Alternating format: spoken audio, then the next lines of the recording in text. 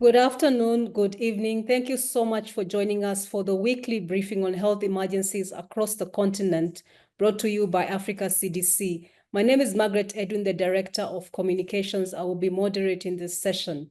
Today, we are joined by the head of the Incident Management Support Team based in DRC, Dr. Ngashi Ngongo, who is going to lead the session. And I will now hand it over to Dr. Ngashi to start the session. Over to you, Dr. Ngashi. Thank you very much, Director. Good morning, good afternoon, everyone, depending on where you are right now. We are taking this press conference from the US, where the Director General is leading a mission of the Africa CDC leadership to meet with the new administration here in the US. He's sending his greetings. He couldn't really join because he's meeting with some of the senators. I think that's the reason why we are taking this press conference without him. But as you know, this is a very interesting moment for everyone. That is really reshaping global health, the global health architecture. But at the same time, very interesting moment also for the Mpox response because we are moving into the intensification phase. That will help us to really get the outbreak under control. And hopefully that in the coming months, we should be able to lift up the public health emergency. I think with that, very warm welcome. And Director, we can then go through our presentation of the day.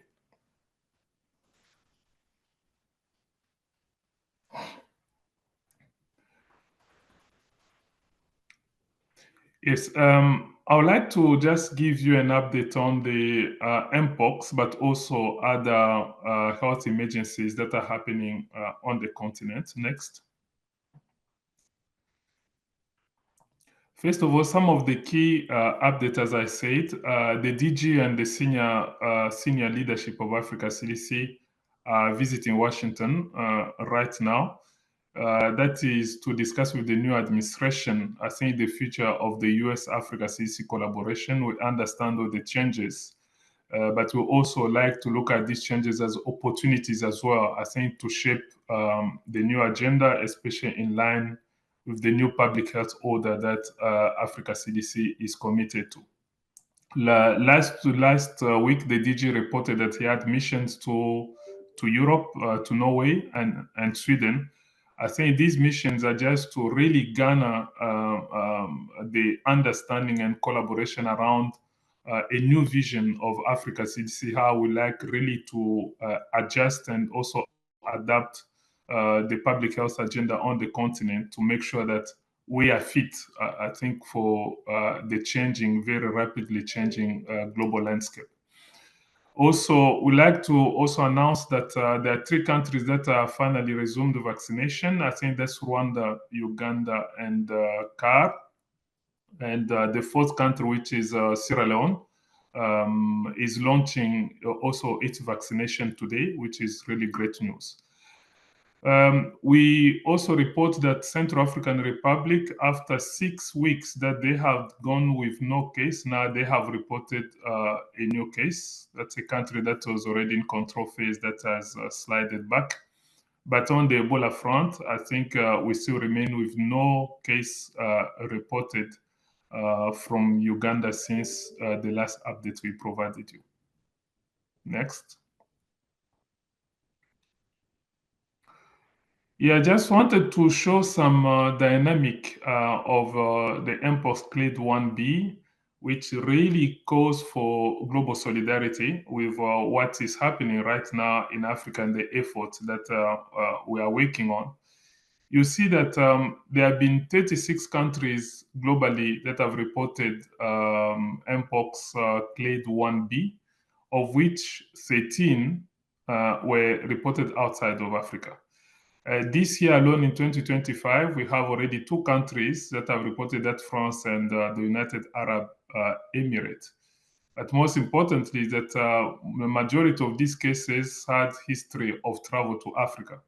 I think that's the reason why when you talk about global health security, what is happening in Africa now is critical to our effort to really ensure that global health security, meaning it is really extremely important for us to work together to extinguish the fire in Africa, because protecting Africa is also protecting the world.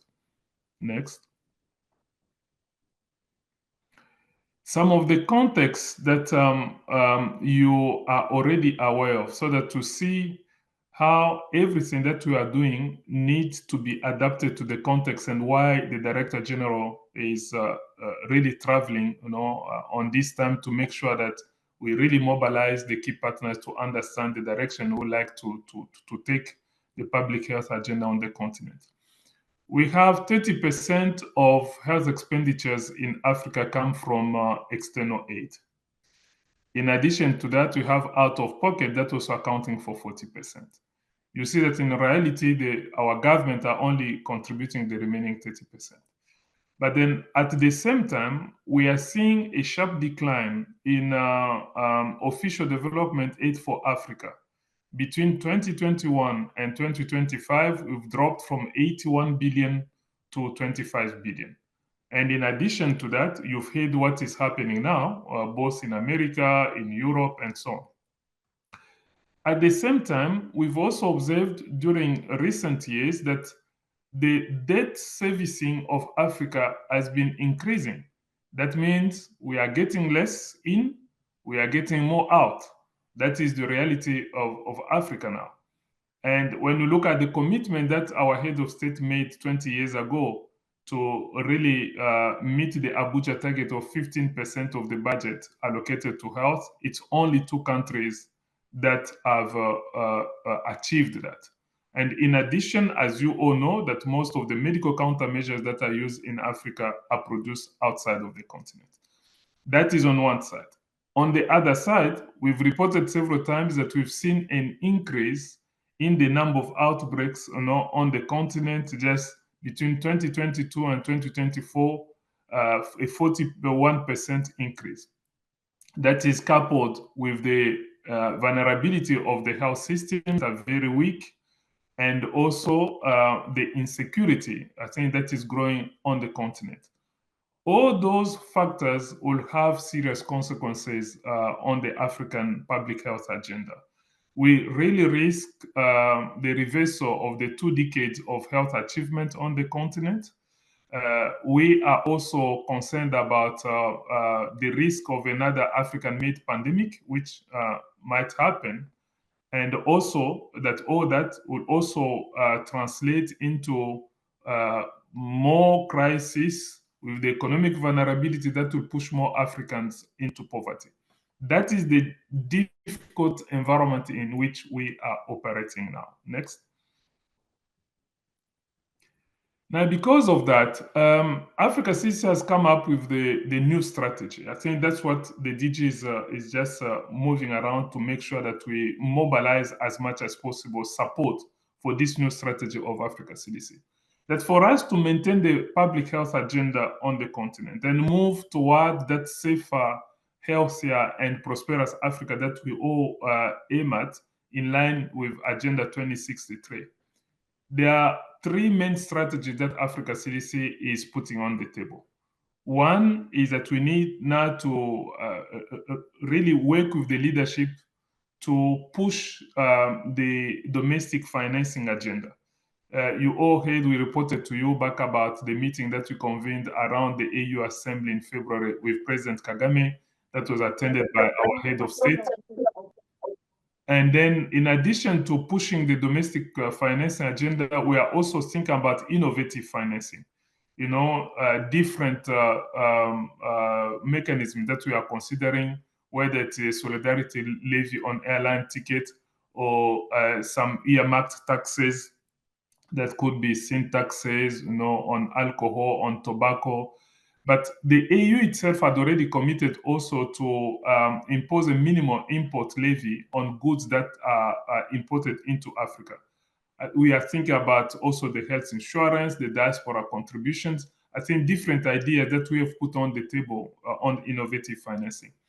We are also looking at the blended financing. How do we also bring the private sector to invest on some of the key initiatives of Africa CDC around the local manufacturing, around the digitalization, connectivity, and solarization of our primary healthcare facilities, and also around the supply chain infrastructure.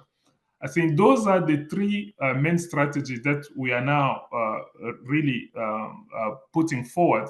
But in addition to that, all that is on the backbone of the optimization of the use of resources to ensure that there is less corruption, there's less misuse. We have the Lusaka agenda that is already mobilizing the global health initiatives to align, with national priorities. That Africa CDC is playing a very important role. We have also the support we've provided to the countries on the efficient allocation, of resources. We have the African Food Procurement Mechanism. All those are different initiatives that we are also putting together to ensure that we optimize the use of limited resources that are coming to us. Next. Apologies, Dr. Ngashi. Your video is a bit blurred. It might be the settings from your side. Okay, perhaps is it not because of the... Let me just... Okay, let's go back to the slide. Now, coming back to the Mpox situation in Africa, since the beginning of the outbreak to the week 11 in 2025, we've now reported 111,000 suspected cases, 25,900 confirmed cases, 1,724 deaths among the suspected cases, giving us a case fatality rate of 1.5%. Now, when we look at week 11 itself, we've reported 3,323 cases compared to 2,711 the week before. That means that we have a 22% increase. We've seen the same increase on the number of confirmed cases, 925 against 381, but some stabilization on the number of deaths, both on the confirmed and the suspected. But what we see is that the situation remains the same, that Uganda, Burundi, and DRC account for more than 90% of all confirmed cases. That's 91% in week 11. And we are also seeing that this data confirm the sustained community transmission, in these countries that are affected. But on the case fatality rate, we are seeing a decline. Remember, when we started the year, we started with a case fatality rate of 1.8, but now that is going down to 1.5%, meaning that it is done some improvement we have seen in the care seeking that is much earlier, and also in the quality of case management. I think that helping us improve on the case fatality rate. Next. In the DRC, in particular, in total, 85,000 suspected cases since the beginning, 16,000, almost 17,000 confirmed cases, of which 1,675 deaths, coming to a case fatality rate of 2%. Now, during week 11, the new cases notified were 2,451 against 2,183 the week before. That's an increase of about 12%. The same trend on the confirmed cases, 312 against 150. That's almost doubling, I think, compared to the previous case. And also, the reporting coverage has really improved once again. From 19 provinces out of 26 that he reported the week before to 21 provinces in week 11. In DRC, we still have the co-circulation of clade 1A and 1B. And on the testing, I think we can report that there is an improvement on the testing coverage, which has moved from 13% the week before to 30% in week 11. Now, what we see is that there's an increase of suspected cases over the last 5 weeks. I think that is observed, and also the testing coverage that is also now starting to go up again after about 3 to 4 weeks of decline. Now it is good news that we see that reversing positively. Next. In Sierra Leone, also, we have, you remember that the outbreak in Sierra Leone was declared in January 2025.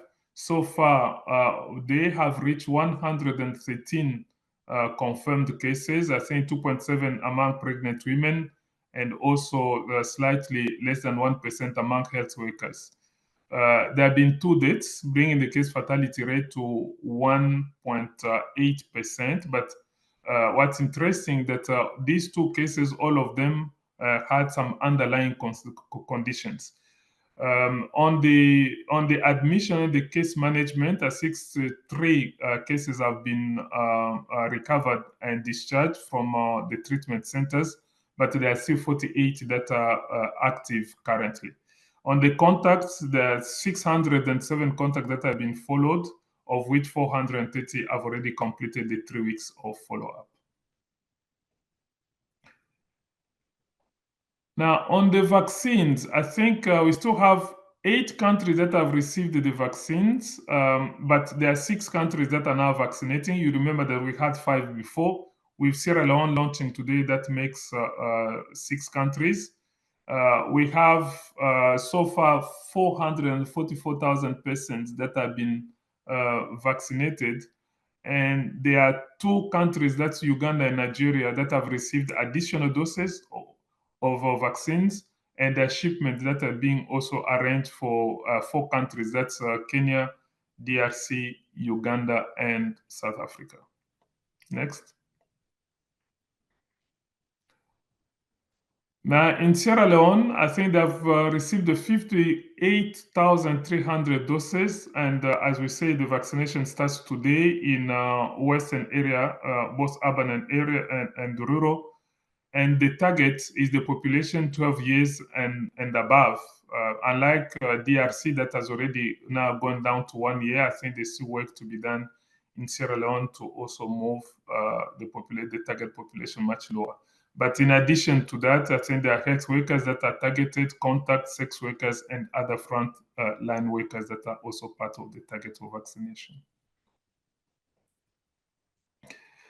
Now, that's it on the Mpox response, but we also wanted to say that the incident management support team has now completed its second plan, which will be focusing on intensification of the current response in terms of scale and scope, but also the integration and the legacy, as we are also considering the exit strategy to ensure that we leave a resilient system behind that will be better prepared to face future outbreak than we were at the beginning of the Mpox. We maintain, I think it remains within the frame of the 4 ones, 1 team that is still co-led by WHO and Africa CDC, 1 plan, 1 budget, and 1 MNE, with a number of partners, about 28 of them that are fully engaged and working together to help the African countries get control of the outbreak. Next. Now, the goal of this plan is 3-pronged. I think 1 is that in the countries that have presented outbreaks, it is to stop the human-to-human transmission. In the countries that are endemic, it is to reduce by half the burden of Mpox in those countries. And in all countries, it to ensure that the system is strengthened for resilience as part of the epidemic or pandemic preparedness and response in all countries that are concerned here. Now, the response strategy is mainly community-centered. I think there's a very strong component of the community package with under the leadership of the community health workers. It is a multi-sectoral approach, and also that it relies very much on strengthening the coordination at national and sub-national level. And 1 dimension that is going to be amplified is the digitalization of surveillance to ensure both quality data but also transmitted in real time.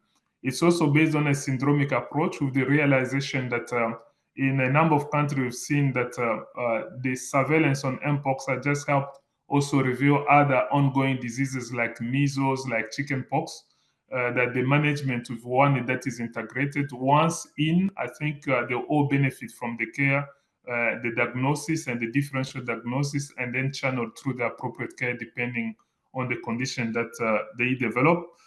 The laboratory decentralization is one that was started already during the first phase. It will be accelerated. It is also part of the legacy that we want to leave behind, that it's much stronger diagnosis capacity at the end of the Mpox outbreak. Vaccination is being accelerated. I think we presented to you the data from DRC. You can see what we mean by acceleration. And finally, is the entire system that we also want to strengthen for resilience. Next. Now, the key targets on surveillance, as we are deploying now more community health workers to do active case search from house to house visit, we are expecting a sharp increase, about 50% in the number of cases. At the same time, also with the same community intensified follow-up by community health workers, we are also pushing the contact tracing with the target of having at least 20 contacts per every confirmed case. On the laboratory side, we are now around slightly over 50% testing coverage. We want to push that to 80%. And the genomic sequencing, also we are targeting 8% of confirmed cases that have to be sequenced to be able to track the mutations, I think, that are happening with the Mpox, as we just reported last time on the apobactria. On vaccination, I think the target is to cover at least 80% of the target group in every country, and we estimated that in total we'll need to vaccinate about 6.4 million people during the next 6 months of this second plan. And on the case management, we target at least 80% of confirmed cases that need to be taken care of, considering that at least 60% of those have to be in the health facilities. Next. Now, how does that translate into money? The total budget estimated is 429 million. I think that is about a third decrease from the 599 million that we budgeted for the first plan. And that the intensification will take about 80% of that budget. And then the legacy, which is the health system strengthening, will take about 20% of the budget. But also most important is that we have increased the funding for surveillance. That now takes about a quarter of the budget, and also vaccination and logistics that take another quarter. Those two pillars alone take about 50% of the entire budget of this second plan. Next. Now, what are the prospects of really mobilizing the funding? I think the key message is that we were able to get pledges around 1.1 billion during the first continental plan. But of that, with our online financial tracking, we're able to track only 977 million.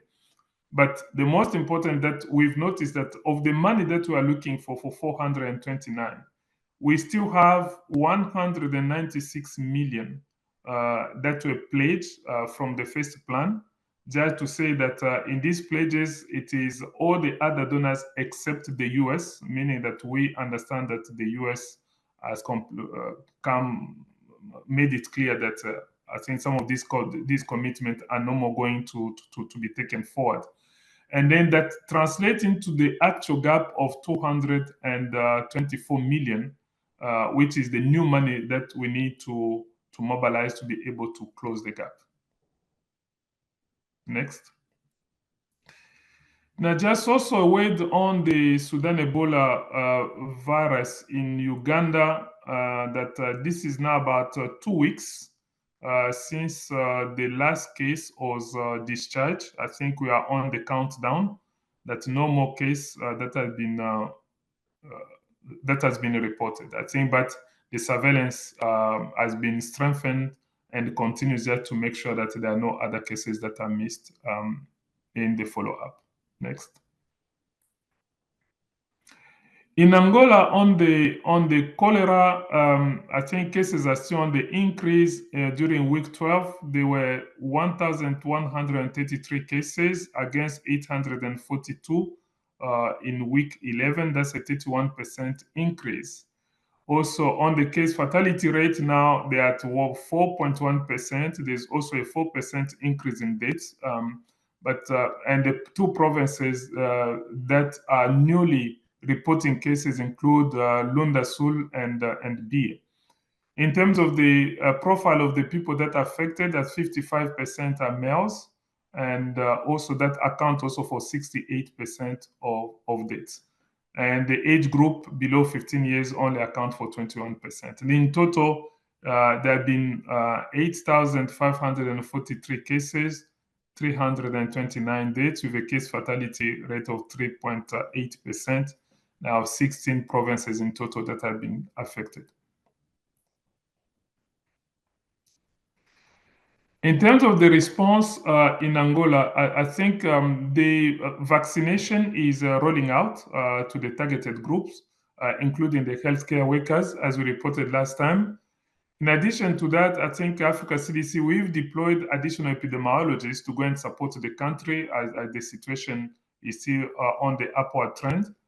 At the same time, we are also supporting the country to finalize and also deploy the cholera case management guidelines. As you see that the case fatality rate is still very high, we really need to take it down. And all the partners are working together, including WHO, US CDC, and UNICEF, to just help the country get the situation under control. And finally, is there to say that the Mpox trend is still on the upward trajectory, with the continuous spillover of cases outside Africa, as we reported, France and the United Arab Emirates, I think that have been also that have reported cases in 2025. But we have a new plan. A new plan is focusing on intensifying the current response, but also think about the integration of some of the intervention into the existing systems, but also looking at the resilience, things like the laboratory that we really working on, the decentralization, the digitalization of surveillance, the rollout of the IPC to the community-based IPC with community health workers, and also the case management. I think there are strategies in each of these key areas that have been put in place to help that acceleration phase that we are engaging in. But our main challenge will be on the resources, both the funding and also the vaccines. As you find, we are really working very hard to mobilize additional resources, with the same challenge also to work on mobilizing the $224 million that we need for the new plan. I think that's the reason why there is really that urgency of the resource mobilization that will also count on all of you really to support our effort in that direction. I think, Director, that is the essence of our presentation. I would like to thank everyone for your attention. And then we can open it up for comments and questions. Thank you very much, Dr. Ngashi. Let's take the first two questions from the chat group. We have Gilbert, a freelance reporter from Kenya. He asks, with the US halting or funding to Gavi, how serious will this impact vaccine supply in Africa? And then we have the second question from Ida of Internews. The question is, how is Africa CDC affected by the recent cuts by the US government around the world? And even if not affected, can you please provide a short commentary on what Africa CDC is doing about this? Over to you, Dr. Ngashi. Okay. Yeah, thank you very much, Director. On Gilbert's question about Gavi, we had a recent meeting with Gavi around about 3 to 4 days ago. I think the DG met with Sanya, the CEO of Gavi, just to discuss collaboration between Gavi and Africa CDC. I think we are in the US right now. I think the news came yesterday. We are gathering all the information. We know that Gavi is critical, really, for the delivery of vaccines in Africa. We know that. We are gathering all the information just to understand also how far this decision goes. And once we have the information, also with the different discussions that we have with the administration here, we'll be in a position to really understand how deep that would be. You know that the US contribute about 13% of Gavi resources. That's a lot. I think that's a lot, but we just need to get more information. I think we'll be in a position then to say exactly what should be the action moving forward. But there's no doubt that Africa CDC fully support Gavi. That's the reason why we have this regular interaction with Gavi, because of the important contribution they're making both in routine vaccines, but also during the time of emergency. As you know, that they're making a huge contribution to the Mpox vaccination as well. Now, on the global financial situation, we say that it really doesn't help to complain, but we have to be proactive in terms of thinking that if that is the new normal, if that is the direction that the world is taking, how do we remain fit in that context? What are the adjustments that we also need to make on our side to turn this challenge into an opportunity for Africa? I think that's the angle that we have taken, that we really want to turn that into an opportunity for Africa. We've come up with the strategy I just shared. It is important at this time that we do increase domestic resources. Health is key to development. You cannot really leave your health in the hands of the partners, which is also true. That how do we then also ensure that with our own resources, if we can clean up our own inefficiencies, we can secure as much funding as possible. That's the reason why we are working with President Kagame, because Rwanda has got a very good experience in the area, that we can also have that kind of support and engagement from the other leaders to do that. It is critical. I think that's one thing. We didn't wait. As we know, we started already since February. We convened already the head of state, because we don't want to be victim. We really want to be proactive and lead the agenda. The second thing, you remember we had started this discussion about innovative financing 2 years ago. Now, with what is happening, it just helps us accelerate that discussion. It is critical that we find our own funding streams, I think, that are locally made, that are not dependent on the decision of partners, but that make kind of the contribution of the Africans themselves to advancing public health. That's the reason why this discussion about innovative financing is critical. Whether we'll agree on the airline tax levy or on the sin taxes, on health insurance, whatever, I think, but the discussion is quite advanced. It is important. But we also recognize that we can also take advantage of health to turn it into a business that also generates the income that we can then reinvest in public health.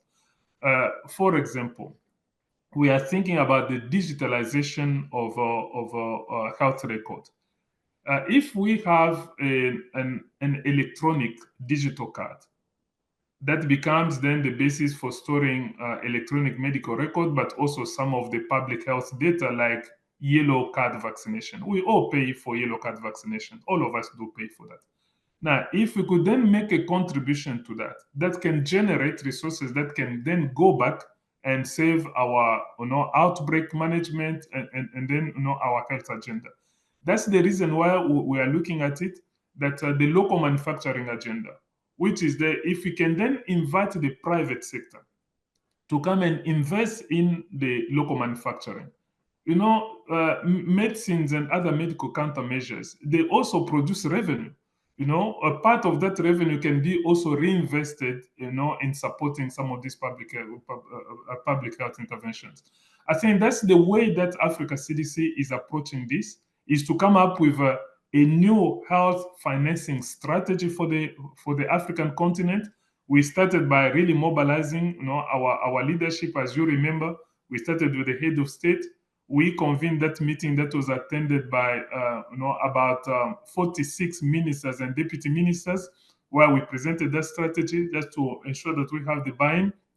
And now we are sharing the same with our partners in the West to ensure that all constituencies understand the Africa CDC approach now to addressing the health financing crisis with a strategic solution that everybody can also see how they can support us moving in that direction. That is what Africa CDC is doing. Thank you, Dr. Ngashi. Let's cross over to the floor for the next question. We have Janice from Bloomberg. You have the floor. Hi, thanks again. My question leads on from the first question asked. Just, in light of the fact that Africa CDC is in DC this week, and we've had this news about, cutting funding to the likes of Gavi. I was wondering if you've been able to bring up this massive concern. We keep hearing about how a health threat anywhere is a health threat everywhere. And yeah, just first question, just wondering if you've raised that concern specifically this week in DC. My second question was just leading on from that. If you are having to start to prioritize vaccines for the number of the various number of diseases that we are highly concerned about across this continent, where will you, what is most concerning to Africa CDC? Where is your priority on ensuring that vaccine supply remains in the unfortunate event that maybe some are having to be cut? And then the third one was just following on from what you were talking about now in terms of the private sector and vaccine manufacturing. I was just wondering if you could give any sense of whether you're seeing interest from the private sector, and if so, from where in the private sector? Is that local private sector on the African continent, or is that outside of the African continent? How much interest are you seeing? Thank you. Thank you, Janice. I'll pass over to Dr. Ngashi for his response. Over to you.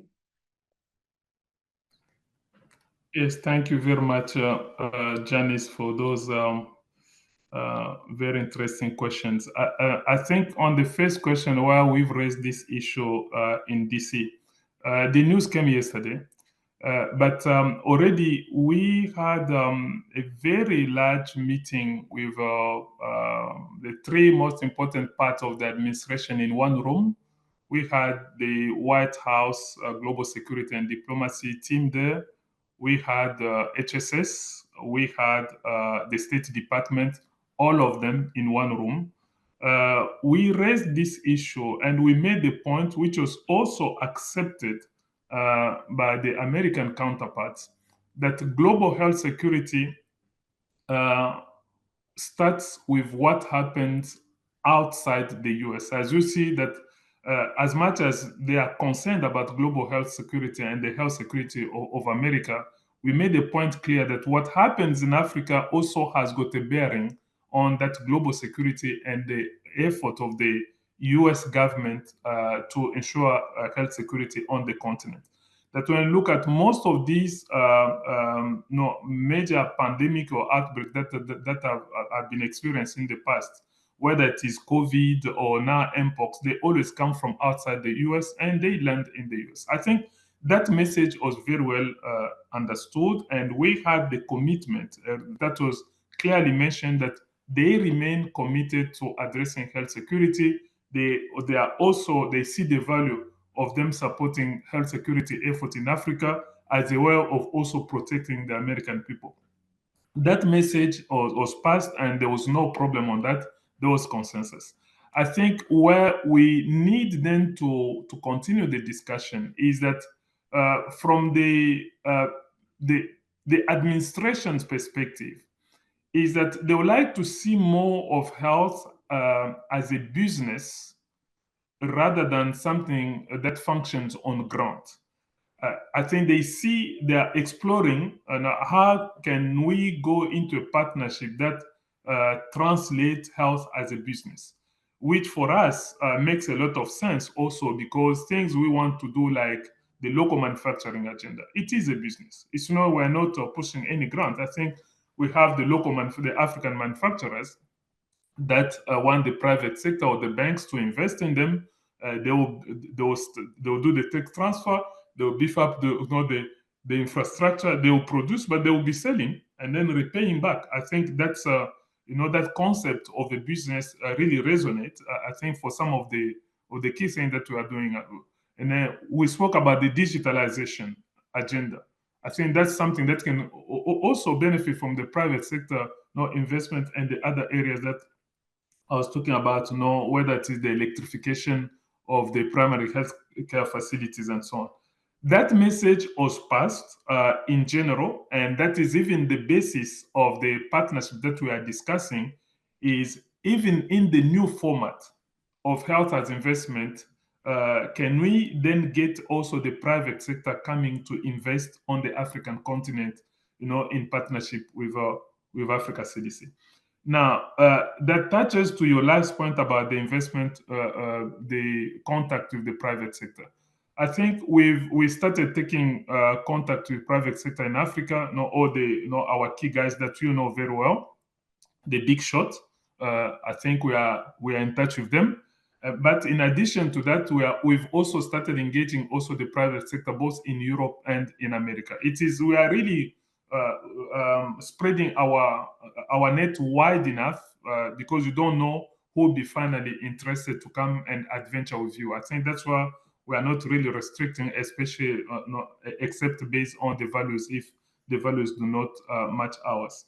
Now, on your last question about the vaccines, there's a list of vaccines that were prioritized, starting with some of them are the routine vaccines, like the pentavalent, now moving into the hexavalent. But some also are emergency vaccines, like the oral cholera vaccines and so on. I think there's a list that was already convened, but it really prioritizes to maintain first the current routine vaccination, with the vaccines that are needed, but at the same time looking at the frequent, emergency diseases and the vaccines that prioritize those diseases.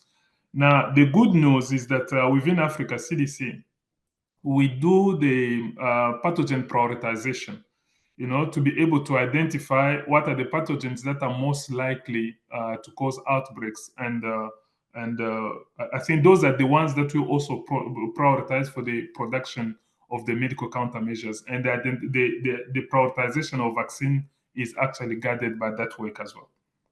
Over to you, Director. Thank you very much. Let's take the next question from Kerry of Health Policy Watch. You have the floor. Thank you, Margaret. Also following on from the similar questions, we heard.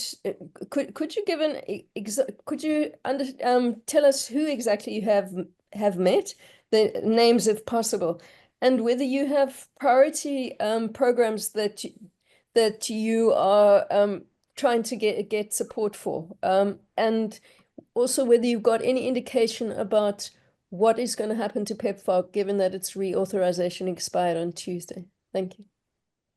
Thank you. Let's take the next one before Dr. Ngashi comes in. We have Nkechi from BBC. You have the floor.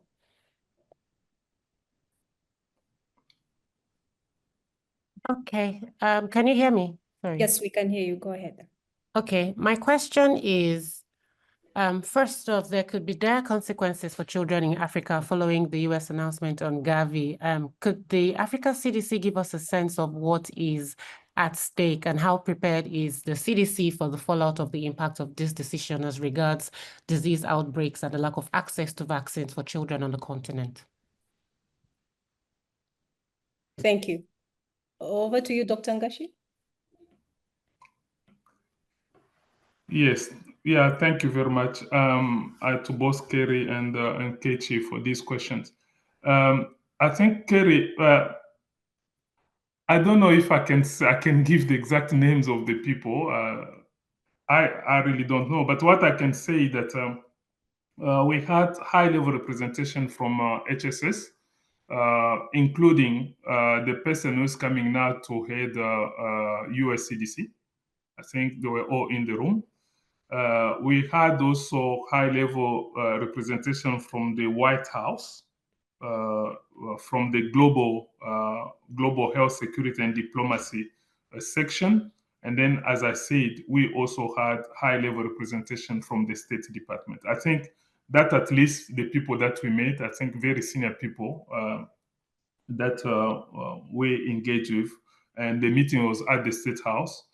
Very interesting meeting. It lasted, we started at 8. We went from 8 up to 1, just to tell you that it was a very long meeting, I think 4 or 5 hours. Very interesting discussions. Now, in terms of the programs, I think the discussions were turning around 2 things. One is on the health security agenda. And then on the second thing is the support for Africa CDC health financing strategy. I think those are the 2 things that we discussed. On the programs, we spoke about, let me also say that there was a representative also from PEFA, an assistant director, assistant secretary that also came from PEFA. Now, on the programs, we discussed about malaria, HIV, I think we're part of the discussions, and also the support in the area of systems for emergency preparedness and response, in particular surveillance, laboratory capacity strengthening, and also the health workforce. I think those are the areas that were considered. And then on the strategy itself, I think the main discussion was how do we support the agenda of innovative financing? How do we support the agenda of blended financing? What could be the role of the American private business? I think into that, and there were even discussion that they will facilitate some of the contact with some of the the private business in America that might be interested to work with Africa in those areas of local manufacturing, in the area of primary healthcare strengthening, digitalization, connectivity, and electrification on the other side. I think those are some of the specific things that we're discussing. Yeah, but the aim of us was not really to sign an agreement or something like that. We just wanted to make sure that we understand them. They also understand what are the priorities for Africa CDC. And then after that, then we can then continue the discussion, because the team will be coming back to the US in April for the spring meeting in Washington. That will be another opportunity to continue the discussion, if that can come then down to something that is specific. Now, on the PEFA thing, we did not speak particularly on what kind of support we can provide. But what we discussed is also on the other side, that if they went ahead and then, as it is already announced, what are the opportunities in what Africa CDC is doing now, or this new health financing agenda of Africa CDC, whether it is through domestic resources, whether it is through innovative financing or blended financing. How do we then leverage some of those resources also to sustain the gains that PEFA has already established in the country, to make sure that people on treatment do not drop out of treatment? I think those are the kind of broad lines of discussion that we had, that it is possible that after all, the challenges will be huge. But if the funding is discontinued, I think the member states, Africa CDC has to work with the member states there to fund other alternatives through all this to be able to continue some of this program, because they are really life-saving. Especially, you cannot cut somebody who's on antiretrovirals and then get that person out of treatment. It is a death sentence. Now, on Nkechi's question about the implication of this decision, as I was saying, the decision just came yesterday. And it came yesterday, and we're in a meeting when somebody just sent that to us. I think it is really something that is not good news at all. Now we have an entire department, I think, at in Africa CDC. We have the Center for Public Health, and there's a division of vaccination. Now that division will work with our health economics team in Addis to then understand also what are the implications, both financially but also on the system, and how is that going to affect vaccination, and then come up with what are the alternative solutions. Just to say that the team is going to work on that. It is really premature, to be honest, for something that came yesterday, for us to come already today with a position on that. But we take it at heart, and the team in Addis will be working on that. Just to also inform you that where we see this going is that we have a joint UNICEF and Africa CDC team that is already working on the implications of the US freeze on public health in Africa. As you know, for UNICEF, vaccination is one of their big programs as well. Now, this is really natural that this decision will also fit into the same team for them also to include that component. And I hope during our next press conference, once they complete, we should be able to come back to you now and say, okay, this is the outcome of the analysis. This is what we see as the way forward from the perspective of Africa CDC. Thank you, Dr. Ngashi. Let's take the last question. We have Lucia from Spain International News Agency.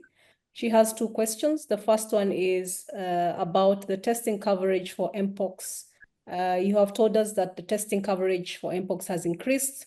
Could you clarify and how you define testing coverage? And then the second question is, what are the reasons for this improvement?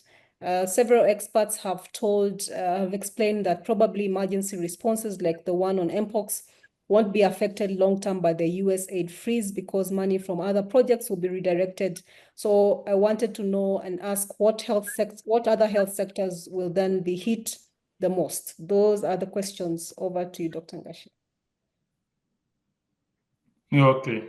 Yeah, thank you very much. I think testing coverage is defined as the proportion of Mpox cases that are notified, that have been tested to establish whether they have Mpox or not. That's what we call testing coverage. It's just those tested of all the cases that are reported. Now, when we say that 30% in the DRC, but good news to say that in all the other countries is 100% almost. I think with the exception of Burundi, that is around 93%, but all of them are 100%. That every case that meets the case definition of Mpox based on fever, based on skin lesions, is tested to confirm what disease they are suffering from. But in DRC, for now, it's only 1 out of 3. That's what we are defining as testing coverage.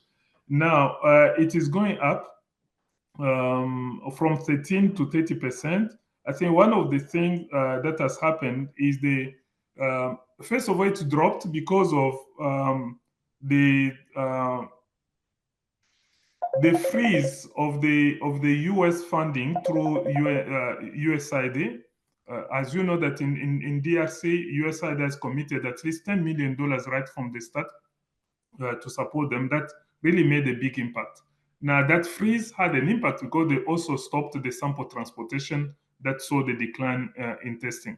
But at the same time, when this happened, there was also the decentralization of laboratory that was now establishing laboratories in the most affected health zones. With that also is the reduction in the need for sample transportation from the provinces to Kinshasa or from the provinces to Goma. I think it is the effect of that decentralization that is now starting to reverse. But in the DRC plan that Africa CDC and WHO are supporting, the aim is to ensure that in all the 56 hotspot health zones, I think there's a local laboratory that can perform Mpox testing right there. If that works, then we'll overcome this lack of funding for sample transportation. And there was another question, Margaret. What is it? Yes. So the other question was on the health emergency responses, like the one on Mpox. that she has been told that won't be affected by the long-term US aid freeze because the money will be moved from other projects and redirected for Mpox coverage. So she wanted to know what health sectors will then be hit the most by the aid freeze. That's the question. The aid freeze, if you look at the US was funding HIV, malaria, maternal and child health, and community health. I think those are the key programs, especially maternal and child health is the program that is going to be most hit. And the second is HIV and malaria. Those are the programs that will suffer most. Now, on emergencies, I think we have to recognize that, especially Mpox, they did contribute a lot. The support was in the area of surveillance, as you know, and then laboratory testing and health workforce. I think those are the areas. Now, the only compensation or the alternative that we have is the pandemic fund.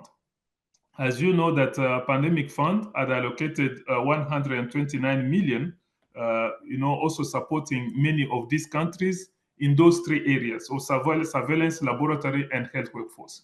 And you got an update last time from Priya, who reported during the IMST partner meeting that they have already started dispersing the money, and they are concerned about the slow absorption at the end. That's why we are now working with countries to accelerate the absorption to be able to fill the gap, at least for the emergency response. But then what happens for those other programs will be part of the effort that we need to do now at the end of the assessment, is that there will be some reprioritization and also trying to look at how to adjust the ambitions of all those programs with available resources, but also push to generate more alternative sources through the three that I just mentioned before. Thank you very much, Dr. Ngashi. And with that, we have come to the end of the weekly briefing this week. I'll now hand it over to you for your closing remarks. Over to you. Yes, thank you very much, first of all, for your attention. I think it's always a great pleasure to have you on a weekly basis to give you an update. It motivated the team.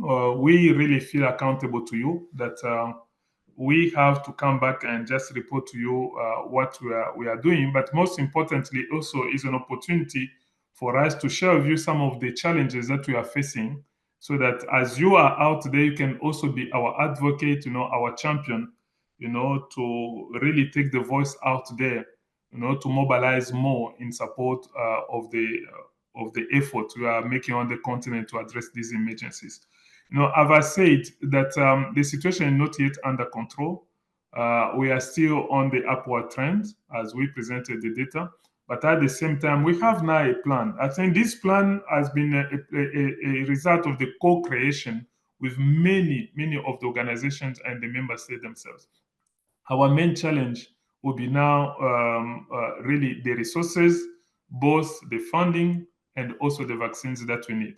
Really, we count on all of you to take the voice out there so that we can mobilize as much as possible to get that support. But at the same time, we are also aware of your interest really to know more about the impact of the current health financing development on the African continent. We'll also continue with the assessment. Once we have the result of the assessment, we come back to you and just keep you updated also, not only on the magnitude of the situation, but also on how we are planning to address that. Even the most recent one, of Gavi, is too early, but I think the teams will be working together. I hope that by next week we should be able to give you some preliminary indication of what we see, the possible impact, and also if there are any alternative solution. I think thank you very much. I think we look forward to seeing you again next week, same day, at the same time.